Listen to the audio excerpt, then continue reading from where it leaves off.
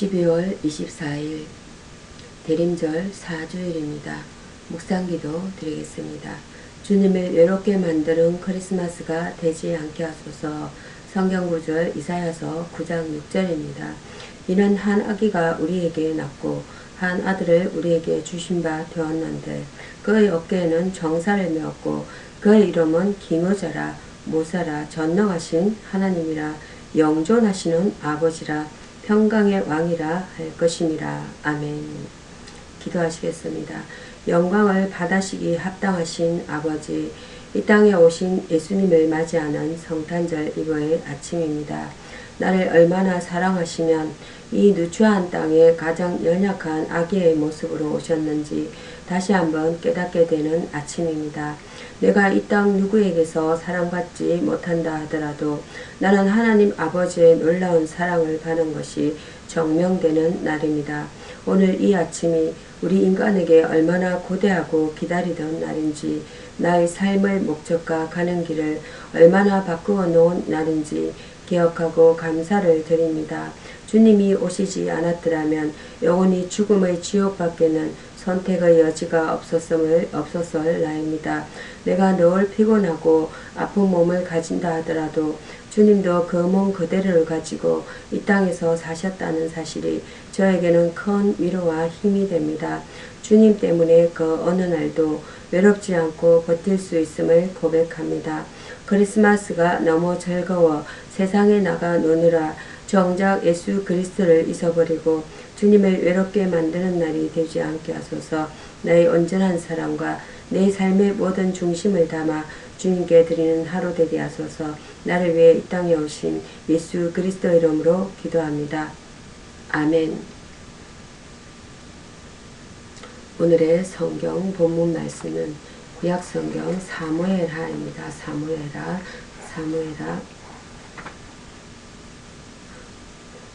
7장 1절에서 7절 본문 말씀은 다윗이 받은 복이라는 내용으로 어뢰를 나눠보고자 합니다. 다윗이 하나님의 성전을 지으려는 마음을 갖기까지 하나님의 주신 복은 너무 큰 것입니다. 모든 대적을 파했습니다. 다윗이 왕위에 오를 때는 이스라엘 주변에 그만한 세력을 가진 이방 나라들이 많이 있었습니다. 그들은 틈만 나면 이스라엘을 침략하여 노략하여 갔습니다. 그러나 다윗이 이스라엘의 왕이 된 다음 다윗은 하나님의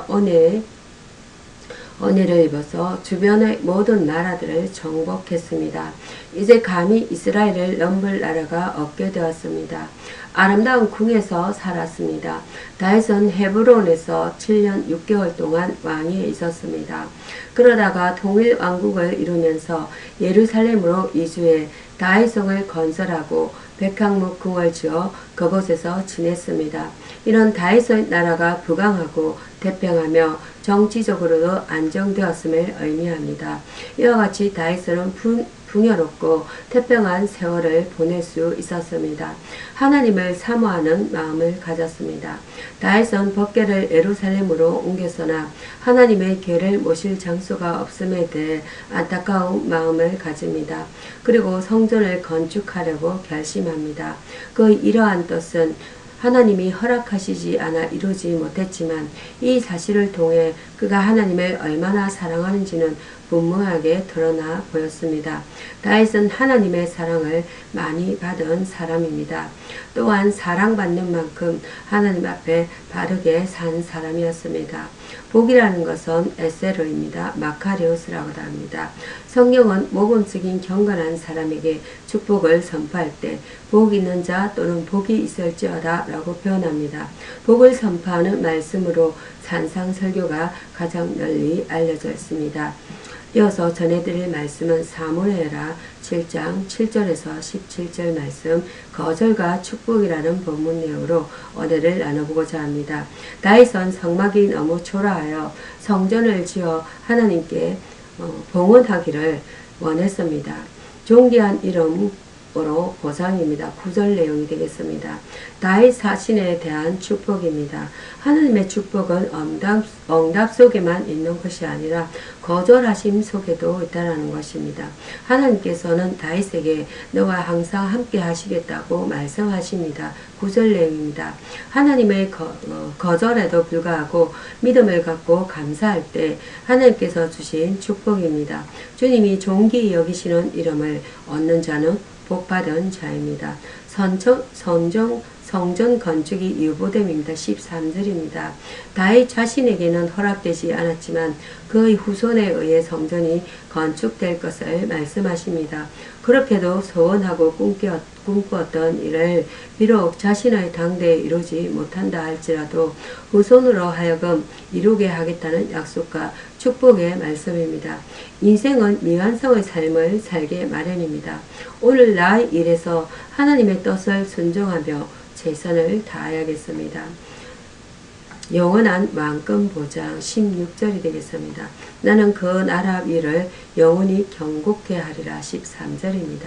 다윗은 장차 메시아가 자신에게 날 것이라는 이 놀라운 약속의 축복을 받게 된 것입니다. 하나님을 사랑하며 높여드리기를 소원하며 성전을 건축하기를 갈망했던 다윗에게 주신 큰 축복이며 최종적으로 예수 그리스도를 통해 이루신 말씀입니다. 성전의 주인이 되시는 예수 그리스도를 머리로 하여 오늘도 그의 몸으로 지어져 가는 거신 축복을 감사해야겠습니다. 보상이라는 것은 리월드입니다. 리월드. 예수님이 살던 당시에 유대계에서는 하나님이 죄의 벌하고 의에 보상하는 것으로 되어 있습니다. 그리하여 유대인의 가르침에는 선행은 하나님의 기뻐하신 바 되어 약속된 보상을 받는다고 하였습니다. 이어서 전해드릴 말씀은 시편 말씀입니다. 시편 말씀. 시편 89장 1절에서 4절입니다. 여호와의 신실하심이라는 본문 내용으로 오늘을 나눠보고자 합니다. 사람의 약속은 영원하지 못할 뿐만 아니라 깨어지기 쉽습니다. 하지만 하나님의 언약은 영원합니다. 여호와의 인자하심은 영원하시다. 주의 인자는 크신 인자로 끝없는 인자이며 공고한 자의 기도를 들으시고 그 환난에서 건지시는 인자입니다. 그러므로 우리는 마땅히 그분의 인자하심을 노래해야 합니다. 성경은 찬송이 주의 이름을 전가하는 입술이 열매이며 우리가 예수의 이름으로 매일 하나님께 드려야 하는 제사라고 가르치십니다. 주의 신실하심이 대회에 미치리로다. 주는 성실하십니다. 당신의 언약에 성실하시고 당신의 자녀들에게 성실하십니다. 따라서 그분이 말씀하신 것, 그분이 약속하신 것은 온전히 성취됩니다.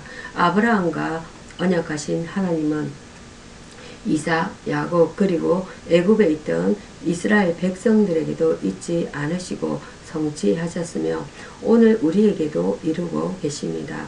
주의 언약은 견고하시도다. 주께서 우리와 세우신 언약은 영원할 뿐만 아니라 견고하고 확실합니다. 이 세계의 모든 것들이 다 변할지라도 주의 언약은 변하는 법이 없으므로 이를 소원히 하는 사람들은 부끄러움을 당하게 됩니다. 결코 소망이 없어 보이고 다시 회복할 수 없을 것 같던 상황에서도 하나님은 우리와 세우신 언약을 그대로 이루십니다. 우리는 주의 언약을 믿고 신뢰해야 하면 물론 이에 충성하도록 힘써야 합니다.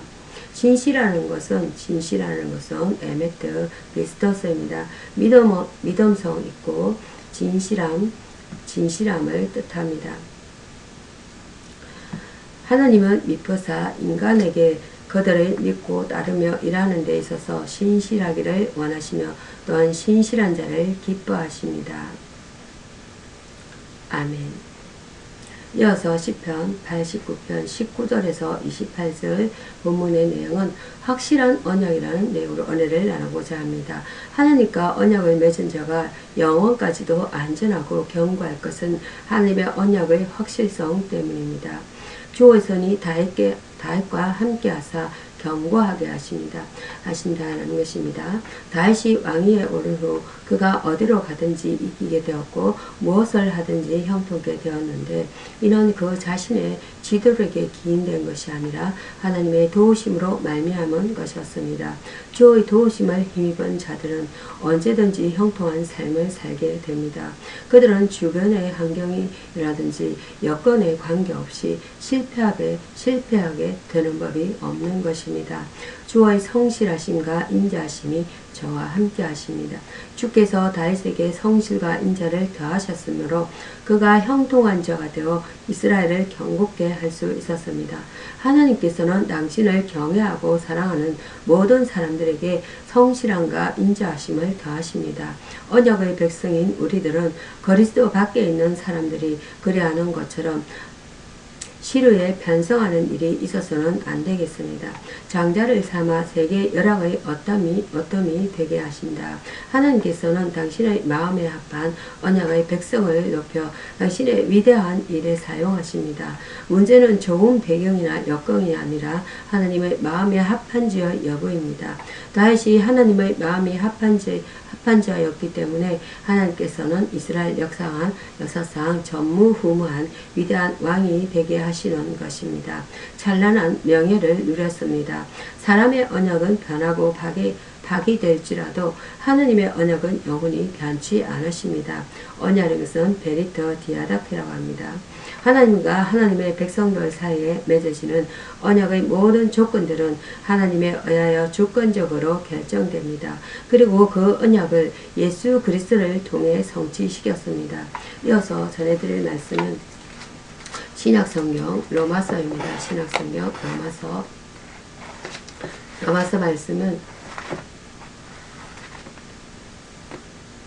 로마서 16장 21절에서 27절 말씀, 우리가 전하는 복음이라는 내용으로 은혜를 나누고자 합니다.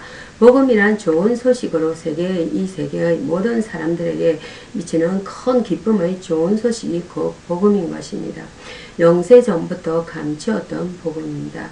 영세전부터 감추었다 하면 창세 이래로 비밀로 지켜진, 즉 베일에 가려져 있었던 것임을 말합니다. 하나님의 구원 계획은 역사의 흐름과 과정 속에서 변경, 수정된 것이 아니라 창조 이전에 이미 영원한 섭리 가운데 이루어진 것입니다. 복음의 신비가 바로 여기에 있다는 것입니다. 이것이 복음의 유일성과 독특성입니다. 모든 민족으로 믿어 순종케 하는 계시의 복음입니다. 하나님께서 복음을 나타내 보이신 것은 모든 민족으로 믿어 순종케 하시기 위함입니다. 하나님은 모든 사람이 구원을 받으며 진리를 아는 데 이르기를 원하십니다. 디모데전서 2장 4절이 되겠습니다. 아무도 그 죄악 중에서 죽게 되는 것을 원치 않으십니다. 에스겔서 18장 23절과 32절 말씀. 복음을 믿는 맡은 사람들은 이 사실을 잊어서는 안 됩니다. 우리를 능히 경고케 하는 복음입니다. 복음은 우리를 견고하게 세워주는 능력입니다. 바울이 에베소 교회의 장로들을 훈계하는 가운데 그들을 주와 및 그 은혜의 말씀에 부탁한 것은 그 말씀이 그들을 능히 든든히 세우고 거룩게 하심을 입은 모든 자 가운데 기업이 있게 하심을 확신하기 때문입니다. 사도행전 20장 32절 되겠습니다. 복음을 믿는 자가 든든히 서게 된다는 것입니다. 우리가 간직한 복음은 사도들이 간직하다 넘겨준 복음입니다. 복음이라는 것은 유황결론입니다. 좋은 소식, 특별히 예수 그리스도를 통한 구원의 기쁜 소식을 가리킵니다. 마태복음 11장 5절과 누가복음 4장 8절입니다. 베드로전서 1장 12절과 히브리서 4장 2절입니다. 즉 예수 그리스도의 죽음을 통하여 주어진 하나님의 구원을 의미합니다. 이어서 전해드릴 말씀은 누가복음입니다. 누가복음 1장 26절에서 38절입니다. 마리아의 신앙이 나는 본문 내용으로 은혜를 나누고자 합니다. 마리아는 요셉과 약혼한 몸이었습니다. 당시의 약혼은 거의 결혼과 같은 구속력을 가졌었습니다.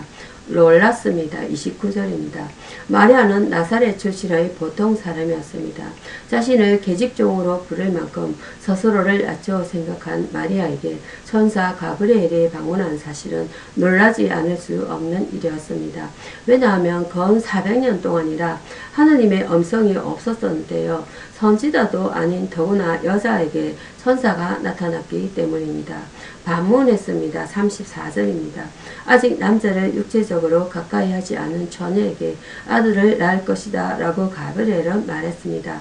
천사의 방문만으로도 놀란 마리아에게 아들을 낳으리라는 얘기는 더욱 놀라운 일이었습니다. 그것도 이스라엘 백성들이 그토록 기다려온 메시아를 낳는다는 말이었습니다. 마리아는 어찌 이 일이 있으리까? 라고 반문하였습니다. 순종했습니다. 38절입니다. 마리아는 하나님의 말씀을 넘지 못하심이 없음을 고백했습니다. 얼씨어린 반문을 한 마리아는 살았고 운동력이 있는 하나님의 말씀이 전해졌을 때 믿음으로 순종하게 되었던 것입니다. 이 순종이 마리아를 아름답게 했습니다.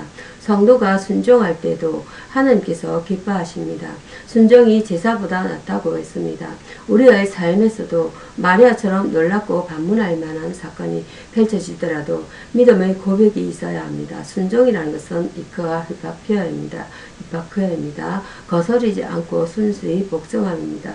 순수히 따릅니다. 어비덴스입니다. 성경에서는 하나님의 뜻을 복종하다는 뜻에서 신앙을 이끄는 말로 쓰이고 있습니다. 오늘의 예수님의 보화 말씀입니다. 예수는 교훈으로 나를 인도하십니다. 성경구절 시편 73편 24절입니다. 주의 교훈으로 나를 인도하시고 후에는 영광으로 나를 영접하시리니 사람은 여러가지 교훈 속에서 삽니다. 초등학교부터 시작해서 대학을 나오기까지 셀 수 없는 교훈이 우리 곁에 있습니다. 성실하라, 정직하라, 올바르라, 부지런하라, 나라를 사랑하라, 협동하라, 이웃을 도우라 등 곁을 지나간 교훈들을 기억할 수도 없습니다. 교훈은 중요합니다. 그대로 지키면 훌륭한 인격을 갖추게 되고 이웃과 사회를 밝게 합니다. 그러나 예수의 교훈은 차원이 다릅니다. 예수의 교훈 속에는 생명이 있습니다. 단지 인격을 고상하게 만드는 것만이 아닌 영생이 있습니다. 기도하시겠습니다. 중심을 보시는 주님, 제가 바리새인과 같은 형식주의자가 되지 않기를 기도합니다. 진심으로 기도하고 말씀 공부하고 헌금하게 하옵소서. 이 모든 일에 믿음과 정성이 겸비되어 주님을 기쁘시게 해드릴 수 있는 사람 되게 하옵소서. 늘 주 앞에 선 자세로 경건하고 어렵기를 원합니다. 말세에 경종을 주시는 주님, 이 시대의 종교적 타락과 윤리적 타락이 바로 말세의 징조인 것을 믿습니다. 무엇보다 교회에 대한 핍박은 외부적인 것보다 오히려 내부적인 부패가 더 커옵니다. 이러한 때 제가 참고 견디며 인내하여 하나님 나라의 백성으로서 그 나라의 영광을 위해 존재하는 거룩한 백성이 되게 하옵소서.